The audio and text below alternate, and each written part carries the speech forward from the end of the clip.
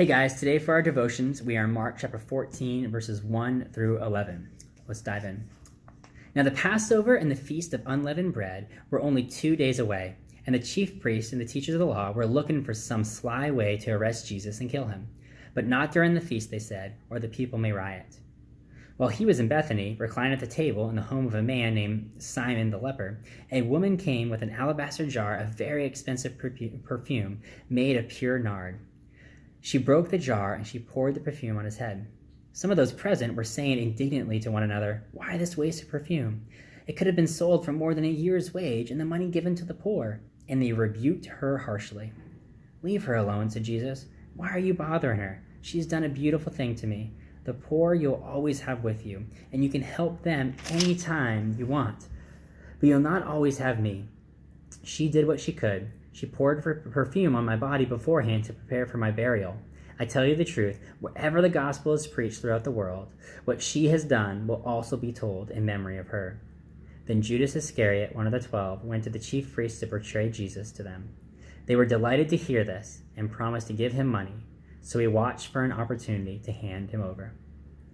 All right, so I want to kind of look at, this is a passage maybe you guys have looked at before, but I just want to kind of look at a couple things. First of all, you have the beginning talks about the Pharisees, the teachers of the law, are looking for this way to try to get Jesus killed. However, they're being strategic about it. They want to make sure it does not happen during this feast, during the Passover feast, because of the people.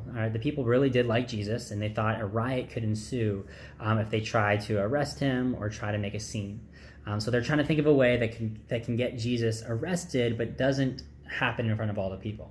But then we kind of fast forward to another scene where Jesus is at this guy named Simon the leper's house. He may have had leprosy, may have been someone, Matthew kind of alludes possibly to him being healed by Jesus. But they're in this house, and a woman comes up with this jar of perfume.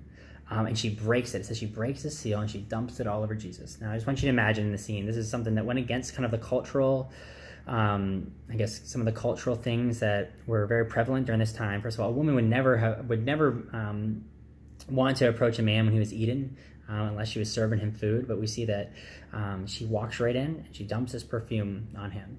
And we can see the disciples themselves, they are indignant. They get mad. They try to rebuke her for doing this. We see Jesus in his gentleness, kind of shows what is really going on here. First, I want you guys to see the elaborate and extravagant gift this was. All right, this perfume was very rare. This nard apparently was only available in India, so it was very valuable. And by her breaking the seal, it had to be used. So it's something that most often women would wear around their neck, almost kind of like on a necklace, or keep in a safe place. You'd only use it when completely necessary. And once you opened it, you had to use it. We see that she decides to use it all. This could have been kind of almost like her inheritance. All she had, she uses it to kind of worship Christ through it. We see this extravagant gift. We also see that when she does it publicly, it leads to being criticized. And often is the case. Often the most generous gifts that people give are criticized by other people, right? They don't understand, right? How can you give all your money to that cause? How can you give all that money even to the church and to a good cause? We see often the most extravagant gifts are often criticized. And I want you guys to kind of look at this passage and try to understand this situation a little bit. Because Jesus, he reframes it, right? Because they even try to say, the disciples, they're trying to appear more, could it be used for the poor? Well, yeah, it could have, right? They could have sold that and used it for the poor. However, we see there's a little bit more going on here. Jesus said this was preparing for his burial. This was a way to prepare for his burial. This is another foreshadow that his death was coming. Some of the disciples still couldn't really comprehend. They didn't really think he was going to die, right? They all run away when he eventually is betrayed. We're going to see that in a couple days. All right, but this woman's act, he said, is going to be remembered forever, and we're still reading about it to this day. It was a depiction of the gospel. The extravagant love and worship that she gives towards Jesus is exactly what Christ has done for us, except with his very life. He poured it all out for us. So I want you to be encouraged by this, but I also want you to look for ways, how can you give radical grace and love to other people? So let's kind of close in prayer as we kind of reflect upon this. God, I thank you so much for your word.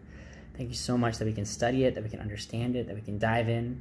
Lord, there's so much more we could take from this passage, but God, I pray that we can take this simple thing, Lord, that you are a God that gives extravagantly, that you gave your son And I pray that we can reciprocate that to the world. So we love you and we praise you in Jesus' holy name. Amen.